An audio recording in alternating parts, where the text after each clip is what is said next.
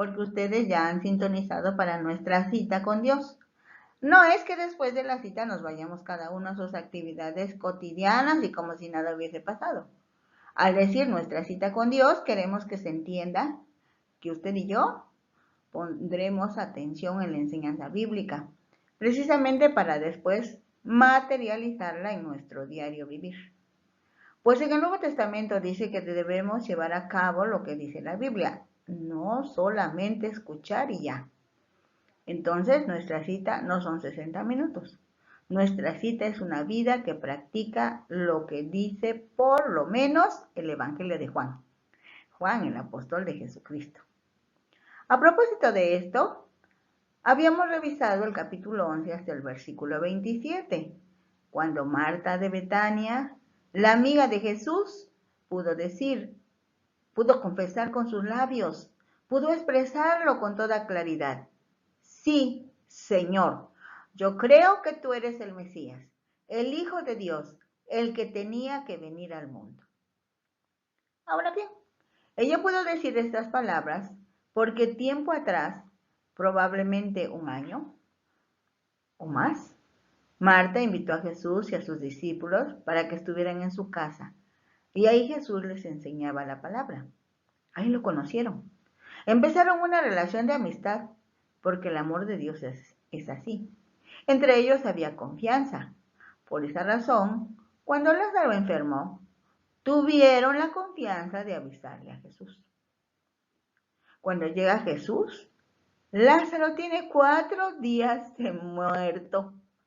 No obstante, Marta recibe a Jesús y le dice, yo sé que aún ahora Dios te dará todo lo que pidas.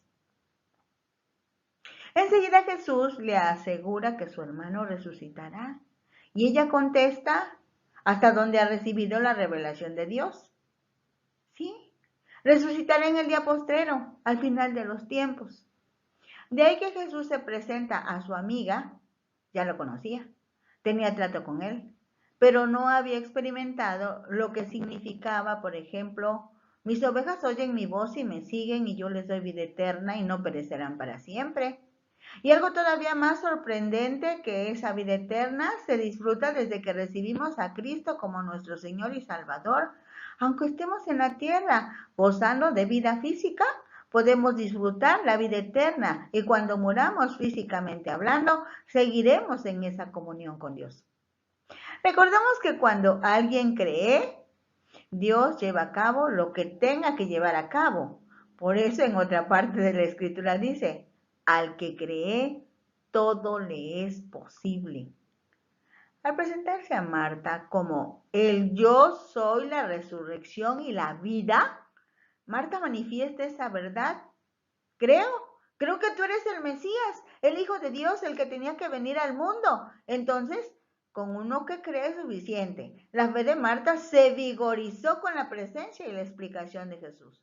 Pudo creer y lo que está a punto de suceder en el tiempo de los seres humanos, para Dios está realizado.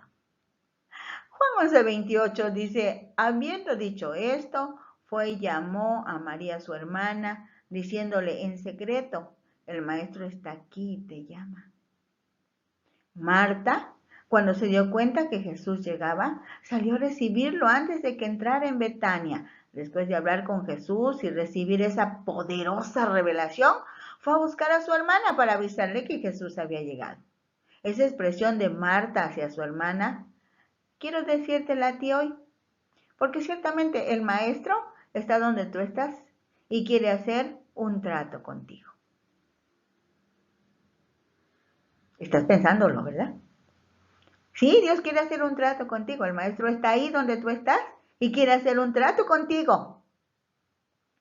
Dice el versículo 29, ella, cuando lo oyó, se levantó deprisa y vino a él. La respuesta de María fue en el acto levantarse e ir a donde estaba Jesús. ¿Qué harás tú ante la invitación de Jesús a tu vida? Observemos. María ya conocía a Jesús. Eran amigos. Sin embargo, fue necesario que su hermana Marta fuera a buscarla. Algunos de los que están escuchando probablemente tengan esa situación.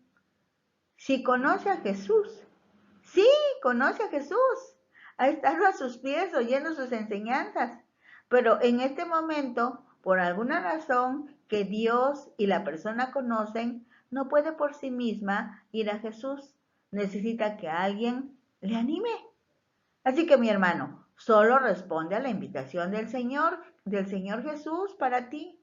Permite que el Espíritu Santo redarguya tu corazón, así como María, que de inmediato se levantó y fue a encontrarse con Jesús. En ese momento, en este momento, nos detenemos y vamos a elevar una oración por todos aquellos que están en una situación como la de María. Sí, Señor. Gracias, muchas gracias por todas las personas que te conocen. Por cierto, muchos de ellos fueron líderes de alabanza, fueron gente del equipo de oración, del equipo de evangelismo, fueron personas que estaban al frente de una iglesia, fueron personas que estaban al frente de un proyecto, Señor, muy importante, pero pasaron cosas, situaciones, y ahorita, en este momento, el Espíritu Santo está tocando sus vidas, les está redarguyendo, y ayudados por nosotros, todos los que estamos en activo hoy, venimos a decirte, Señor, que les hables, que les animes, que les levantes, que les fortalezcas, que ellos puedan, como María, levantarse e ir hacia ti, ir a buscarte, porque tú les estás llamando. Tienes especial cuidado de nosotros, tienes especial cuidado de tu pueblo, no llegas tarde. Lo que pasa es que nos esperas y nos das muchas oportunidades. Gracias, Dios, por abrazar a nuestros hermanos. Gracias por los que se están levantando hoy mismo, en este mismo instante.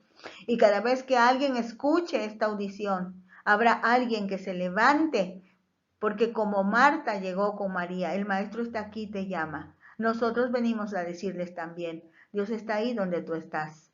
El Espíritu Santo está propiciando este momento y te levantas en el nombre de Jesús. Gracias, Padre, por este gran privilegio. Amén. Dice el versículo 30. Jesús todavía no había entrado en la aldea, sino que estaba en el lugar donde Marta le había encontrado. Parece que Jesús estaba retardando la llegada hasta Betania.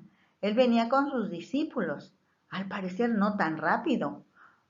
No dice que tan lejos, solo que no había entrado a la aldea. Todavía estaba ahí donde Marta lo encontró.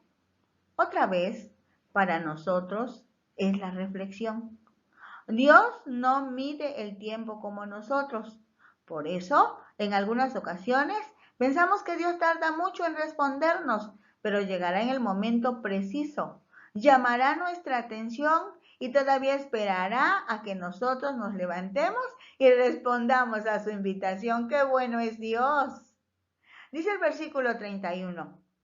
Entonces los judíos que estaban en casa con ella y la consolaban, cuando vieron que María se había levantado deprisa y había salido, la siguieron diciendo, ¿va al sepulcro a llorar allí? Este relato me encanta, porque dice mucho de nuestra vida cotidiana. Efectivamente, cuando una persona no sabe exactamente qué está pasando, inventa, supone, sugiere, da opiniones. Así que si tú eres de esas personas, mejor pide a Dios dirección e intercede por otros. Solo Dios y ellos saben realmente lo que está pasando. Dice el versículo 32, María, cuando llegó a donde estaba Jesús, al verle, se postró a sus pies, diciéndole, Señor, si hubieras estado aquí, no habría muerto mi hermano. Este encuentro me parece muy emotivo. María conocía bien a Jesús, por eso se postró. Esa es señal de adoración, de rendición, de reconocimiento. Enseguida, con su boca, confesó, expresó, Señor, reconociendo a Jesús como su máxima autoridad, como el dueño de su vida.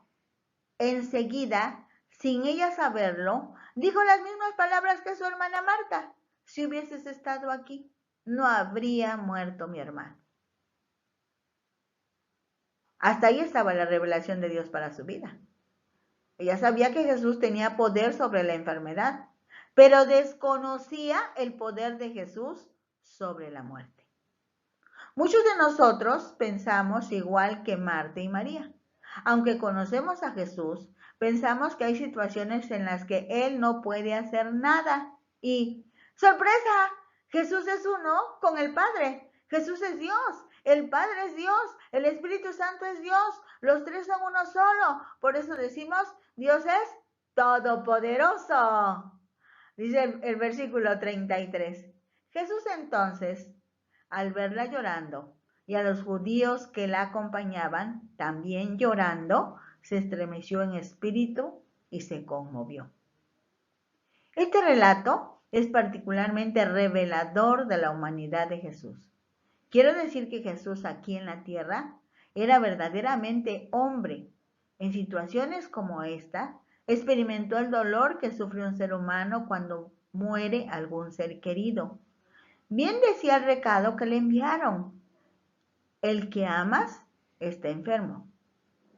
Y luego, el recibimiento: si hubieras estado aquí, mi hermano no hubiera muerto. Como decimos nosotros, Jesús, cuando estuvo en la tierra, experimentó todo lo que un ser humano vive. Dice la Biblia que Él sí nos comprende a todos y cada uno de nosotros. En el versículo 34 dice, y dijo, ¿dónde le pusiste? Le dijeron, Señor, ven y ve. Seguramente Jesús sí sabía dónde estaba el sepulcro de Lázaro. Pero muchas veces, y esta es una de ellas, va a pedir que nosotros le digamos, pues los humanos tenemos esa necesidad de comunicarnos con Dios primero y enseguida con nuestros semejantes. El versículo 35 del capítulo 11 de Juan es el versículo más pequeño que se encuentra en la Biblia y solo tiene 2 palabras. Dice, Jesús lloró. Recordemos que Jesús es el nombre que refleja la humanidad del Hijo de Dios. Por eso también es llamado Hijo del Hombre. Y Jesús quiere decir Salvador. Porque eso el ángel le dijo a José desde que Jesús estaba en el vientre de María. En el versículo 36 dice, dijeron entonces los judíos, mirad cómo le amaba. En muchos pasajes de Juan, los judíos son parte de las autoridades religiosas que buscaban a Jesús para acusarle, sobre todo en ese tiempo en que estuvieron a punto de apedrearlo en Jerusalén. En esta ocasión, estos judíos pudieron comprobar qué tan humano era Jesús y tuvieron que reconocer y expresar también con sus labios que Jesús amaba a Lázaro. Dice el versículo 37, y algunos de ellos dijeron, ¿no podía este, que abrió los ojos al ciego, haber hecho también que Lázaro no muriera? En otras palabras, la idea de Marta, de María y de los mismos judíos era la misma, pero todos se quedaban en sanidad física. Tenían comprobado que Jesús podía sanar a los enfermos, liberar a los endemoniados, pero no habían pensado siquiera que pudiera resucitar un muerto, más cuando ya tenía 4 días de enterrado. Digo yo, estaba comprobadísimo que era un muerto, estaba bien muerto. Dice el versículo 38, Jesús, profundamente conmovido otra vez, vino al sepulcro. Era una cueva y tenía una piedra puesta encima. En esa época, las tumbas solían ser cuevas cavadas en la piedra caliza de la ladera de una colina. Muchas veces las tumbas eran de tamaño suficiente para que las personas caminasen dentro. En una tumba se colocaban varios cuerpos. Después del sepelio se colocaba una gran piedra frente a la entrada de la tumba. Jesús dijo, quitad la piedra. Marta, la hermana del que había muerto, le dijo, Señor, hiede ya, porque es de 4 días. Aquí encontramos una muestra de la apreciación lógica humanamente hablando. Marta pensó en voz alta. Hace 4 días estuvimos aquí depositando el cuerpo. Seguramente ya se está descomponiendo y huele a carne humana podrida. ¿Para qué van a quitar la piedra? Pero Jesús dijo, quiten la piedra.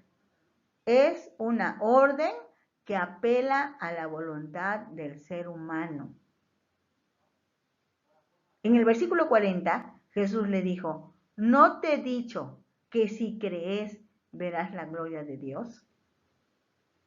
Precisamente, cuando Marta había ido a encontrar a Jesús antes de que llegara a Betania, había escuchado de labios de Jesús esa revelación tremenda. Yo soy la resurrección y la vida. Y ella le había contestado, yo creo que eres el Mesías que había de venir al mundo. Versículo 41 dice, entonces quitaron la piedra de donde había sido puesto el muerto. Y Jesús, alzando los ojos a lo alto, dijo, Padre, gracias te doy por haberme oído. Yo sé que siempre me oyes, pero lo dije por causa de la multitud que está alrededor, para que crean que tú me has enviado. Vamos a puntualizar lo que sucedió. Obedecieron a Jesús, quitaron la piedra. Por eso, obedeciendo al Señor, dijimos, y eso lo podían hacer los hombres.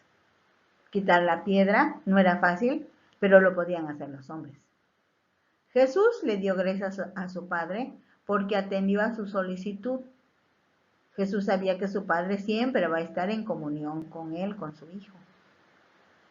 La oración de Jesús en voz audible fue necesaria por causa de las personas que estaban ahí, porque solamente de esa manera creerían que Jesús es enviado de Dios el Padre.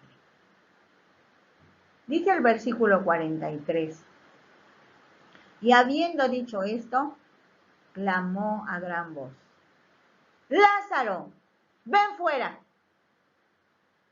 Para ese momento, lo que quedaba era ver la materialización de algo que ya estaba solicitado y aceptado por la máxima autoridad, quien en automático le dio al Hijo la autoridad de hablar al espíritu de Lázaro y darle vida nuevamente, porque desde el principio, Dios, cuando formó a Adán, el primer ser humano, dice que con el polvo de la tierra formó al hombre, sopló en su nariz aliento de vida y fue el hombre un ser viviente.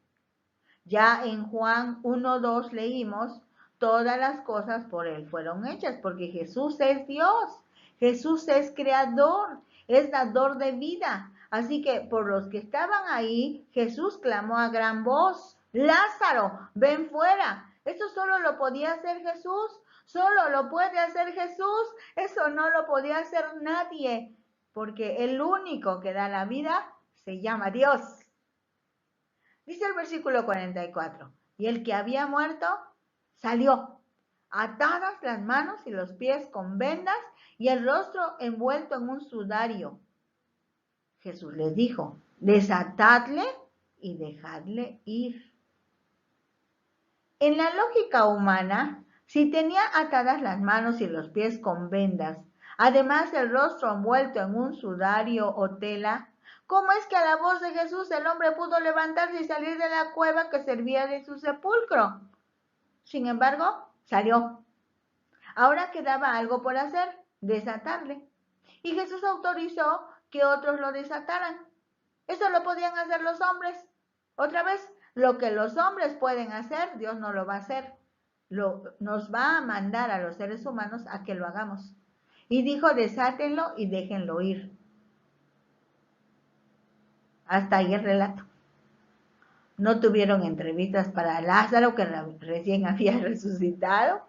No habló con nadie o no quedó registrado. En nuestros días habría muchos reporteros y entrevistadores para Jesús, para Marta, para María, para Lázaro. Pero en el relato bíblico no se dice más. Solo queda evidencia de que Jesús le devolvió la vida a Lázaro, de que participaron en ese gran milagro, Jesús y Lázaro como actores principales, algunas personas que quitaron la piedra y otros que desataron a Lázaro, pero lo que quedó muy claro es que Jesús es el Señor, la autoridad que a quien quiere le da la vida. Y dice en el Antiguo Testamento que a quien quiere se la recoge, porque son actos soberanos de Dios. Dice el versículo 45, entonces muchos de los judíos que habían venido para acompañar a María y vieron lo que hizo Jesús, creyeron en él. Qué preciosa oportunidad tuvieron esas personas. Fueron sorprendidos por la vida, sin más explicaciones. Dice el relato que creyeron en él. Versículo 46, pero algunos de ellos fueron a los fariseos y les dijeron lo que Jesús había hecho. Como siempre, algunos de los judíos eran espías enviados por los fariseos. Seguían a Jesús para vigilar lo que pasaba en donde Jesús estaba. Así que no es de extrañar su conducta, ir con los fariseos y darle la noticia. El versículo 47 registra, entonces los principales sacerdotes y los fariseos reunieron el concilio y dijeron, ¿qué haremos? Porque este hombre hace muchas señales. Si le dejamos así, todos creerán en él y vendrán los romanos y destruirán nuestro lugar santo y nuestra nación. El imperio de Roma era condescendiente con las prácticas religiosas de los pueblos conquistados, siempre que no implicara desorden social para los romanos. La popularidad de Jesús había llegado a tal grado que por las señales y milagros que se sucedían, se daban movimientos de población como cuando comieron más de 5,000 personas, en otro momento más de 4,000. En esa oportunidad dice el relato que muchos habían ido a consolar a Marta y a María, y para los romanos esos eran disturbios, y parte de su nerviosismo era porque pensaban que podían tener mayores dificultades para su propia nación. Dice el versículo 49, entonces Caifás, uno de ellos, sumo sacerdote aquel año, les dijo, vosotros no sabéis nada, ni pensáis que nos conviene que un hombre muera por el pueblo, y no que toda la nación perezca. Esto no lo dijo por sí mismo, sino que como era el sumo sacerdote aquel año, profetizó que Jesús había de morir por la nación. Y no solamente por la nación, sino también para congregar en uno a los hijos de Dios que estaban dispersos. Aunque los romanos habían conquistado Palestina, condescendían con el pueblo judío, dándoles libertad para que llevaran a cabo su vida religiosa conforme a la ley de Moisés, que para ese momento había sido modificada por los líderes y realmente había perdido su objetivo usándola para manipular a la población. Eso es diferente. Y por eso hacían sufrir al pueblo de Dios. Entre estos usos y costumbres de los judíos estaba el ejercicio del sumo sacerdote. Y en ese año el sumo sacerdote se llamaba Caifás, quien a juicio de Juan el evangelista, el escritor del evangelio, como sumo sacerdote, profetizó sin darse cuenta. Esta profecía puntualiza que Jesús con su sacrificio rescataría a la humanidad, no solo al pueblo judío. Esto lo leemos en la expresión rescataría a los hijos de Dios que estaban dispersos. Ya el salmista lo dice, por ejemplo en el Salmo 100, cantad alegres a Dios, habitantes de toda la tierra, servid a Jehová con alegría, venid ante su presencia con regocijo. Esto nos recuerda que Dios es Dios, dice el salmista, Dios de dioses. Es Dios y no hay otro. Es el creador de todo el universo y por ello es el sustentador de toda su creación. Así que lo conozcan o no lo conozcan, Dios se ocupa de toda su creación. Así que su interés es por todos los seres humanos. Ya lo dice 1 de Timoteo 2:4, el cual quiere que todos los hombres sean salvos y vengan al conocimiento de la verdad. Dice el versículo 53, así que desde aquel día acordaron matarle. Jesús había expresado ya, yo pongo mi vida, nadie me la quita. Esos hombres que estaban en autoridad realmente fueron instrumentos para que la voluntad de Dios se llevara a cabo. No obstante, es necesario que nosotros meditemos para estar alertas en cuanto a hacer el bien y no el mal, pues fue fácil que ellos fueran usados por el enemigo, ya que en sus corazones había orgullo, envidia, rabia, disgusto porque la gente iba tras Jesús y ellos habían perdido autoridad delante del pueblo. Básicamente esa era la razón de su enojo y se escudaban en que Jesús violaba la ley de Moisés por sanar a la gente en día de reposo. No nos extrañe que hoy en día tengamos algunos desacuerdos con personas que están en autoridad, pero han perdido el rumbo y ahora solo manipulan y hacen sufrir aún a la iglesia de Jesucristo. Y cuando alguien usado por Dios atiende a la iglesia, surgirán conflictos y acusaciones como pretexto para evitar que la gloria de Dios se manifieste. Estemos atentos y decidamos obedecer a Dios, aunque tengamos que desobedecer a los hombres. Dice el versículo 54, por tanto Jesús ya no andaba abiertamente entre los judíos, sino que se alejó de allí a la región contigua, al desierto, a una ciudad llamada Efraín, y se quedó allí con sus discípulos. Esta ciudad estaba entre Jerusalén y Jericó, a unos 20 kilómetros de Jerusalén. Esto le permitiría, si los judíos lo persiguieran antes de tiempo, atravesar el desierto y establecerse en otra localidad. Jesús y el Padre tenían comunión y por ello comunicación y decidieron un tiempo de apartamiento para estar con sus discípulos, pues estaba ya muy cerca la fecha en que se cumpliría la profecía que sin saber había expresado Caifás, el sumo sacerdote del año. Dice el versículo 55, y estaba cerca la fiesta de la Pascua de los judíos, y muchos subieron de aquella región a Jerusalén antes de la Pascua para purificarse.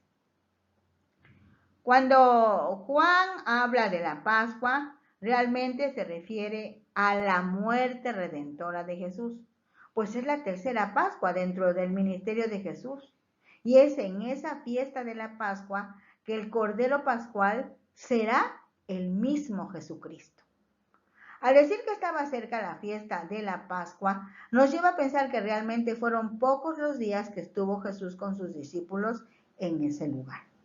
De acuerdo a la ley, la Pascua debía celebrarse en plena pureza legal y la purificación exigía ritos y como eran muchos los peregrinos que necesitaban purificación, tenían que adelantarse unos días para dar tiempo a la purificación y así todo el pueblo podía celebrar la Pascua. El versículo 56 dice, y buscaban a Jesús, y estando ellos en el templo se preguntaban unos a otros, ¿qué os parece? ¿No vendrá la fiesta? Y los principales sacerdotes y los fariseos habían dado orden de que si alguno supiese dónde estaba, lo manifestase para que lo prendiese. Muchos judíos ya habían llegado a Jerusalén, pero estaban inquietos porque ya estaba dada la orden de que si alguno supiese dónde estaba, lo indicase a fin de prenderle. Entremos de una vez al capítulo 12. Este es el último capítulo en donde se registran discursos o enseñanzas que Jesús dio a los judíos, que generalmente eran incrédulos. A partir del capítulo 13 tenemos lo que Jesús dijo a sus discípulos. Podríamos decir, aquí en corto, en privado. 6 días antes de la Pascua, vino Jesús a Betania, donde estaba Lázaro, el que había estado muerto y a quien había resucitado de los muertos. Es el versículo 1 del capítulo 12. Podemos decir que es la última semana en que Jesús estuvo en la tierra. Empieza la cuenta regresiva. Jesús busca a sus amigos para estar con ellos. Sabe bien que Él morirá en esa Pascua. Es una de las profecías de Juan Bautista, cuando lo vio y dijo, he aquí el Cordero de Dios que quita el pecado del mundo. Porque Isaías profeta, 800 años antes expresó, como Cordero fue llevado al matadero. 800 años antes. Y el profeta lo habla en pasado. Fue llevado. Porque para Dios el sacrificio de su Hijo era algo realizado. En el versículo 2 dice, y le hicieron allí una cena. Marta servía y Lázaro era uno de los que estaban sentados a la mesa con él. Entonces María tomó una libra de perfume de nardo puro de mucho precio y ungió los pies de Jesús y los enjugó con sus cabellos y la casa se llenó del olor del perfume. Sentada en otros tiempos a sus pies y oyendo sus palabras, había encontrado paz de conciencia y había alcanzado el perdón de sus pecados. En ese momento vio a Lázaro, gozando de vida y de salud, sentado al lado de su maestro, su propio hermano Lázaro, a quien Jesús había levantado del sepulcro. Su corazón estaba agradecido. No tenía cómo demostrar su gratitud, así que buscó entre sus pertenencias y encontró algo de mucho valor en dinero para ella, pero también de mucho valor sentimental para ella. Y enseguida procedió a llevar a cabo ese acto que tiene mucho significado. Era una atención en ese tiempo y en esos lugares, que al llegar un huésped a la casa, el anfitrión pidiera a uno de sus sirvientes que lavaran los pies de los visitantes. Entonces, María no le pidió a nadie que lo hiciera, lo hizo personalmente, agregando un gran detalle. En lugar de agua, era perfume caro, pero perfume con olor especial. Y la casa se llenó de ese grato olor. ¿Qué piensas de ese regalo que María dio a su maestro? Ciertamente ella tenía mucho que agradecer, podríamos decir. Pero si revisamos con cuidado, cada uno de nosotros ha pasado de muerte a vida, porque estábamos muertos en nuestros delitos y pecados, pero Dios nos da vida juntamente con Cristo. Por lo menos demos gracias a Jesús por todo lo maravilloso que Dios ha sido con nosotros. Y observemos bien, un corazón agradecido da sin hacer cuentas.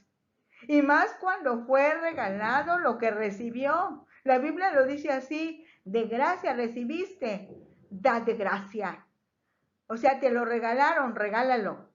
En otras palabras, así, recibiste regalado, no cobres. Regala tú también. Comparte lo que tienes con el necesitado, con el enfermo, con el huérfano, con el hambriento, con el angustiado. Porque ahora ya no está Jesús en persona aquí, pero su creación incluye a los seres vivos, plantas, animales y personas. Esperan la manifestación de los hijos de Dios para el bien de ellos. Así conocerán que Dios es real, que Dios es bueno, que Dios es fiel. Dice Juan 12:4, y dijo uno de sus discípulos, Judas Iscariote, hijo de Simón, el que le había de entregar. ¿Por qué no fue este perfume vendido por 300 denarios y dado a los pobres? Pero dijo esto no porque tuviera cuidado de los pobres, sino porque era ladrón y teniendo la bolsa sustraía de lo que se echaba en ella. Al tesorero del grupo no le pareció bien que Jesús recibiera ese costoso regalo, así que lo manifestó de inmediato, pero también dejó ver lo que había en su corazón. Esto nos hace pensar en que aún las personas que son de nuestra absoluta confianza pueden darnos sorpresas no gratas. Aunque a Jesús nada le tomaba por sorpresa, porque desde el capítulo 2 del Evangelio de Juan dice que Jesús no se fiaba, no confiaba en la gente, porque conocía el corazón de los hombres. En el versículo 7 dice, entonces Jesús dijo, déjala, para el día de mi sepultura ha guardado esto. Efectivamente, nada le toma por sorpresa a Jesús. Después de escuchar a Judas Iscariote, le dice, déjala, no la incomodes. Lo que ella no sabe es que en esta misma semana me van a matar y no habrá quien unja mi cuerpo, según la costumbre de los judíos. Así como me tendrán que poner pronto en el sepulcro, porque enseguida será el día de reposo y no pueden hacer ninguna actividad porque les han impuesto las autoridades religiosas todo eso. Dice el versículo 8, porque a los hombres siempre los tendréis con vosotros, mas a mí no siempre me tendréis. Todavía les completa a todos la explicación. En este momento no es que no me preocupe y ocupe de los pobres, pero realmente que tengan un periodo de pobreza es parte del diseño de la vida del Padre y del Hijo. Cuando alguien enfrente un periodo de escasez económica, dice Jesús, estamos aplicando un examen a todos los que les rodean para que comprueben cómo reaccionan ante la necesidad de los demás. Por eso siempre habrá pobres entre ustedes. Así que ya tendrás oportunidad de ayudarlos, le dijo a Judas. Ahora, yo a Adela hago el comentario, a ver si de verdad te ocupas de ellos, como quieres que en este momento parezca. Dice el versículo 9, gran multitud de los judíos supieron entonces que él estaba allí y vinieron no solamente por causa de Jesús, sino también para ver a Lázaro, a quien había resucitado de los muertos. Pero los principales sacerdotes acordaron dar muerte también a Lázaro, porque a causa de él muchos de los judíos se apartaban y creían en Jesús. Para este momento, los sacerdotes, que eran de los principales entre las autoridades que formaban el Sanedrín, ya estaban desesperados por todo lo que estaba ocurriendo, y como faltaban 6 días para la fiesta de la Pascua, cada vez llegaba más gente a Jerusalén y sus alrededores. Betania estaba cerca de Jerusalén, así que ahora no era solo Jesús el que ocasionaba movimientos entre la población, sino que Lázaro también provocaba ese transitar para ver y comprobar que había resucitado. Para acabar de una vez con todo, dijeron, pues también Lázaro tiene que morir. El versículo 12 dice, el siguiente día, grandes multitudes que habían venido a la fiesta, al oír que Jesús venía a Jerusalén, tomaron ramas de palmera y salieron a recibirle y clamaban, Hosana, bendito el que viene en el nombre del Señor, el Rey de Israel. Y halló Jesús un asnillo y montó sobre él, como está escrito, no temas, hija de Sión, he aquí tu rey viene, montado sobre un pollino de asna. Esto lo dice Zacarías 9:9. Ahí se lee, alégrate mucho, hija de Sión, da voces de júbilo, hija de Jerusalén. He aquí tu rey vendrá a ti, justo y salvador, humilde y cabalgando sobre un asno, sobre un pollino, hijo de asna. Conviene una nota para saber quién fue Zacarías y cuándo escribió este libro. Zacarías quiere decir Jehová se ha acordado. Hijo de Berequías y nieto de Ido. Nació en Babilonia. La primera profecía de Zacarías que ha sido transmitida fue dada en el año 520 a.C. Zacarías y Ageo exhortaron a los principales de los judíos vueltos del exilio para que reanudara la construcción del templo. Pertenecía a la tribu de Leví, siendo a la vez profeta y sacerdote, lo mismo que Jeremías y Ezequiel.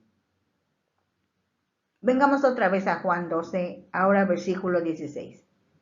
Estas cosas no las entendieron sus discípulos al principio, pero cuando Jesús fue glorificado, entonces se acordaron de que estas cosas estaban escritas acerca de él y de que se habían llevado a cabo.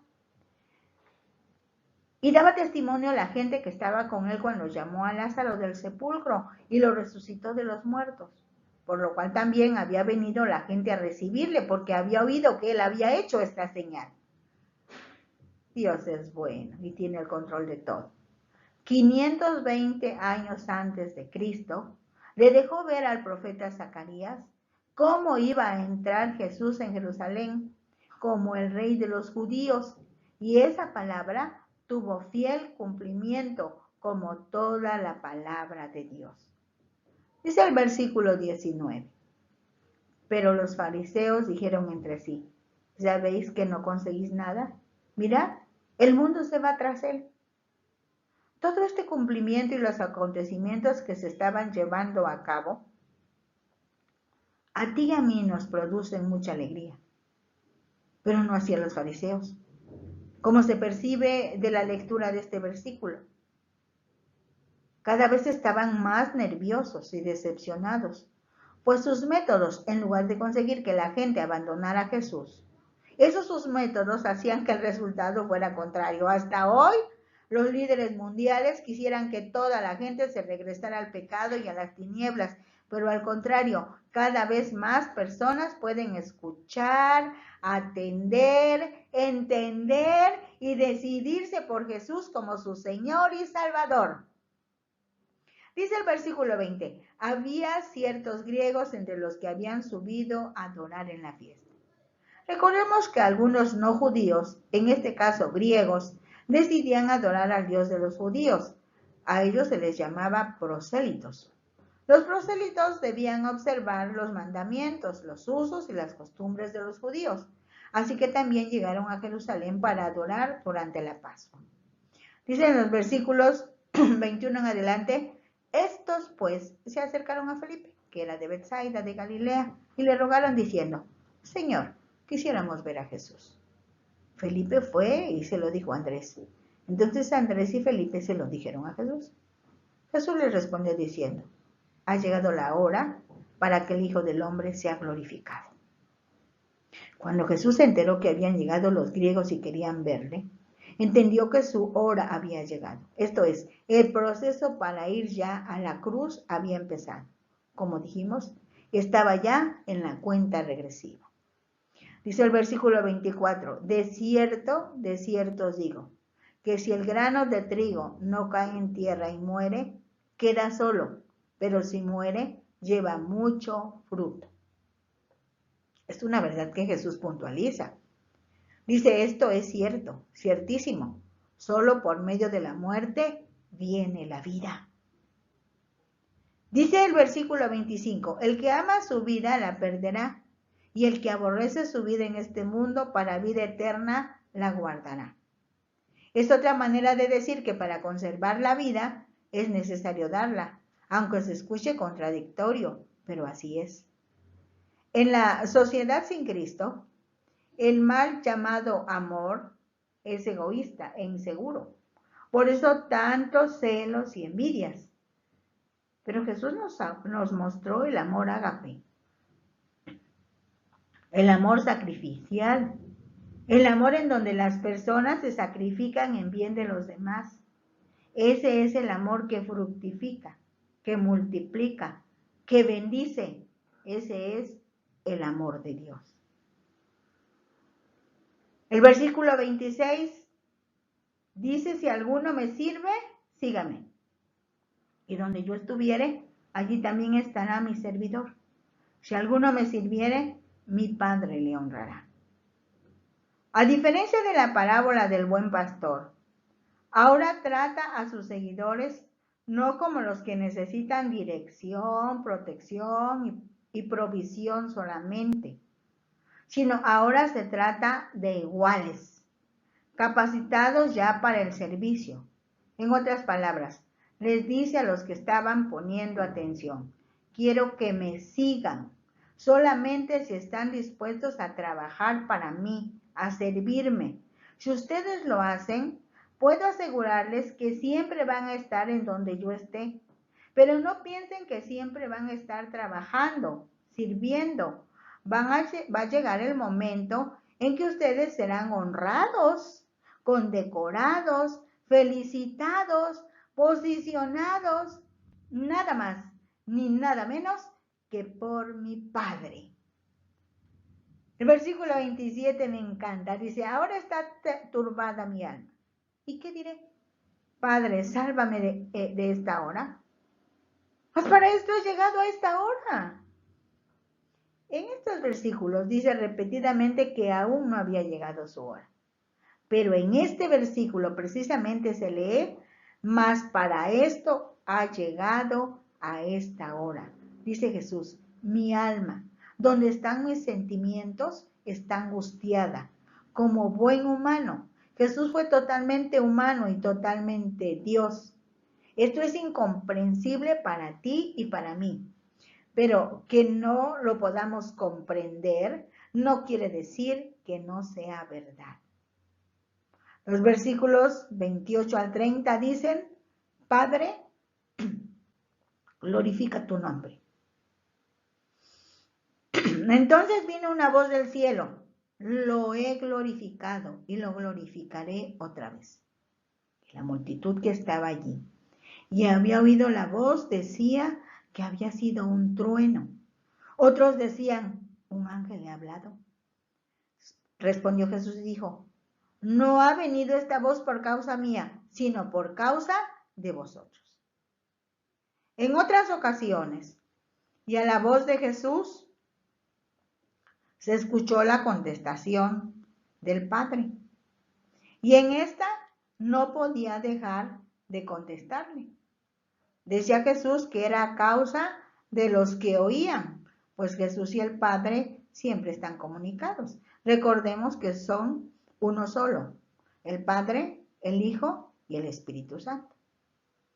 En el versículo 31 leemos, ahora es el juicio de este mundo, ahora el príncipe de este mundo será echado fuera. Jesús es Dios. Como Dios sabía que la batalla estaba ganada, por eso con seguridad dijo estas palabras. El príncipe de este mundo es Satanás, un ángel que se rebeló en contra de Dios.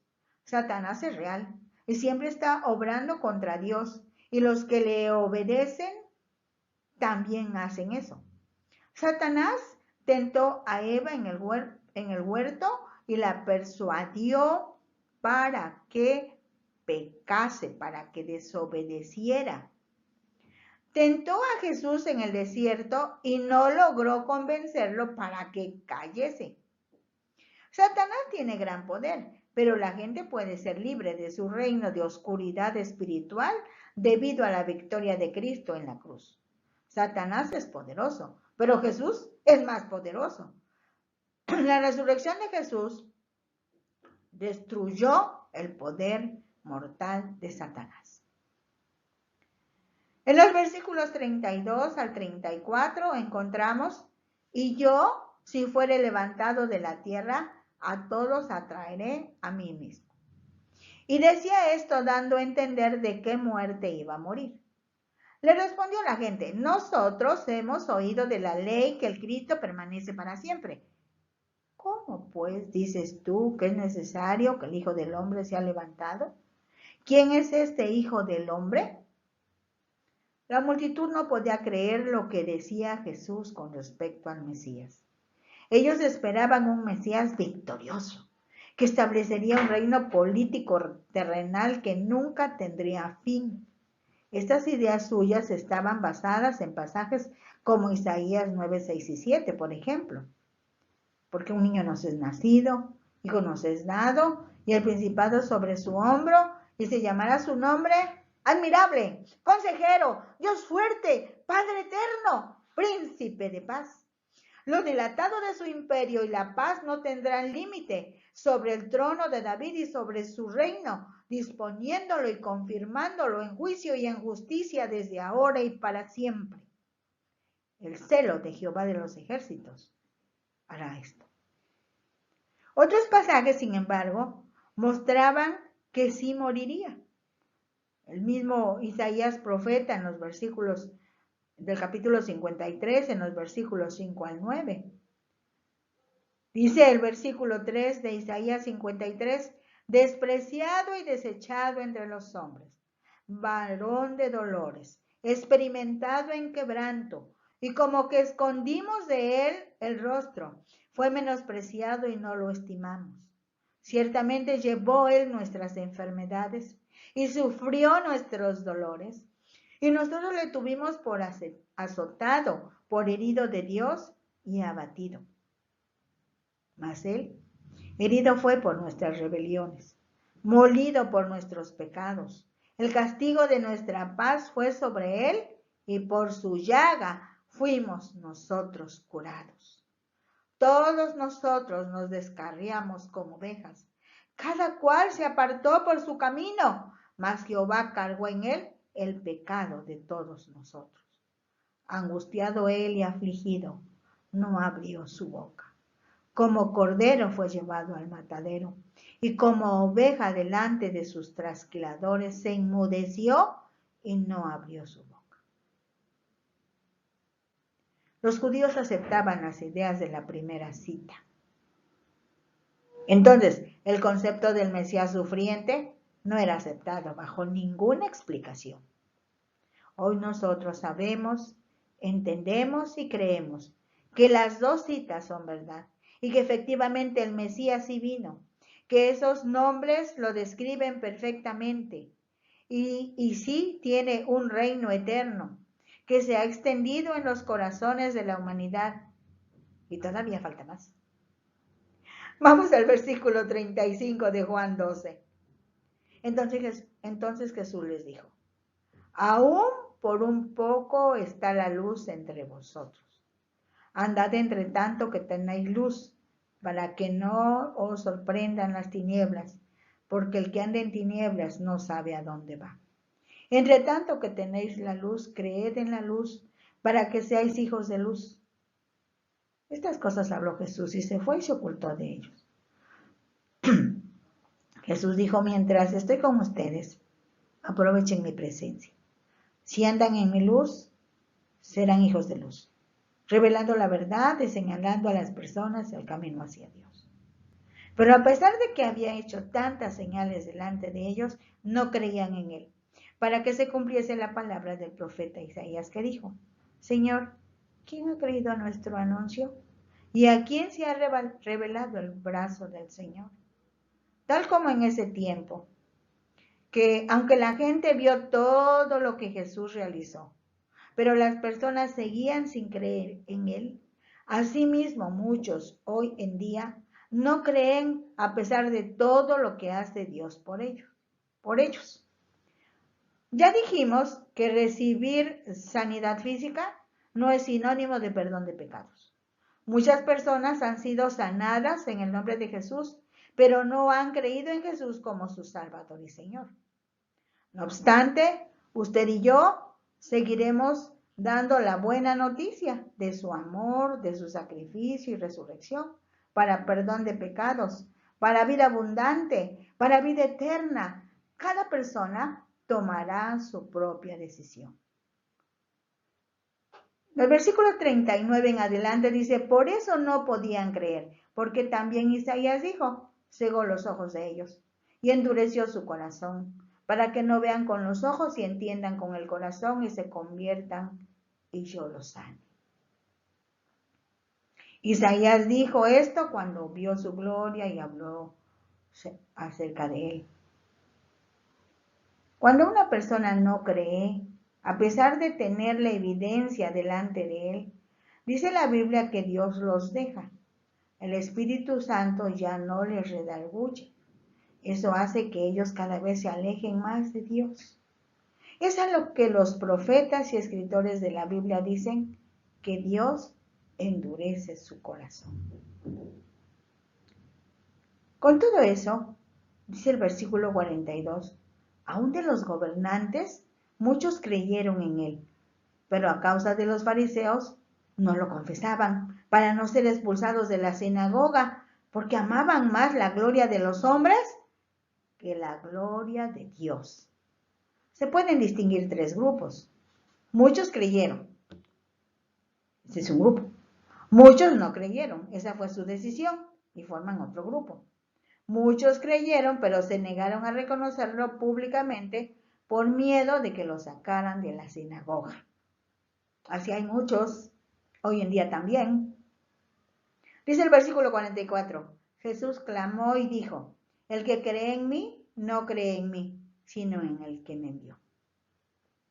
Y el que me ve, ve al que me envió. Algunos argumentan que no pueden ver a Dios. O argumentaban eso. Y ahora tampoco a Jesús porque regresó al lado de su Padre. Pero desde ese tiempo Jesús dijo que si queremos conocer o ver al Padre, solo debemos ver a Jesús en los evangelios y de esa misma forma, asimismo es el Padre. Dice el versículo 46, yo, está hablando Jesús, yo, la luz, he venido al mundo, para que todo aquel que cree en mí no permanezca en tinieblas. Al que oye mis palabras y no las guarda, yo no le juzgo porque no he venido a juzgar al mundo, sino a salvar al mundo. El que me rechaza y no recibe mis palabras, tiene quien le juzgue. La palabra que he hablado, ella le juzgará en el día postrero. Jesús no vino como juez, no vino a la tierra a juzgar, sino a mostrarnos cómo ser salvos por gracia. En otro momento, cuando vuelva otra vez, uno de sus propósitos será juzgar. Versículo 49 y 50 dice, porque yo no he hablado por mi propia cuenta. El Padre que me envió, Él me dio mandamiento de lo que he de decir y de lo que he de hablar.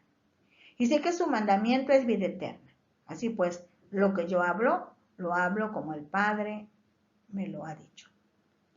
Desde el principio hasta el final de su permanencia en la tierra, el Señor Jesús repitió muchas veces estas verdades. El Padre y Jesús son uno solo. Están unidos por amor, porque Dios es amor. El Hijo obedece al Padre por amor. Y de la misma manera, cada uno de los que somos hijos de Dios por la fe en Jesucristo, al creer en Jesucristo recibimos la potestad de ser hechos hijos de Dios. Y tomando el ejemplo de Jesús, debemos hablar solo lo que nos diga su palabra que está en la Biblia. Creo que tú y yo debemos orar y suplicar que el Espíritu Santo nos recuerde estas verdades que hemos descubierto. Ahora somos responsables de la palabra de Jesús que hemos escuchado o que hemos leído o que sabemos de alguna manera. Y como dijo el Señor, por esa palabra seremos juzgados. Clamemos a Dios. Padre, en el nombre de Jesús, en el nombre de Jesús, te damos muchas gracias por tu palabra. En este momento la hemos escuchado. Algunos ya la habíamos leído, algunos ya la habíamos estudiado, algunos la tenemos memorizada, otros es la primera vez que la oyen. Pero todos delante de ti somos responsables. Esa palabra nos juzgará. No podemos alegar ignorancia. Tampoco podemos alegar inocencia. Tampoco podemos escudarnos en nada. Ya nos entregaste la palabra. Y esta bendición que tiene ahora la sociedad mundialmente hablando, en que la palabra se está publicando sin ningún impedimento, en que pueden escucharla a cualquier momento y en cualquier lugar, a través de las plataformas como esta de radio que tú has levantado, Señor. Gracias por este ejército de hombres y mujeres que están usando las telecomunicaciones para que tu palabra sea expandida. Pero esto mismo nos da una responsabilidad tremenda delante de ti. ¿Qué vamos a decir cuando tú nos llames a cuentas? Esa palabra nos juzgará. Por eso hoy te pedimos que nos perdones y que nos ayudes a entenderla, que nos hagas responsable, que tu Espíritu Santo nos esté recordando la palabra, que tu Espíritu Santo nos esté enseñando la palabra, que tu Espíritu Santo nos esté guiando por tener más de tu palabra, porque de todos modos ya somos responsables. Muchas gracias, Señor. Muchas gracias. Muchas gracias. Bendito seas. Bendiciones, bendiciones para todos.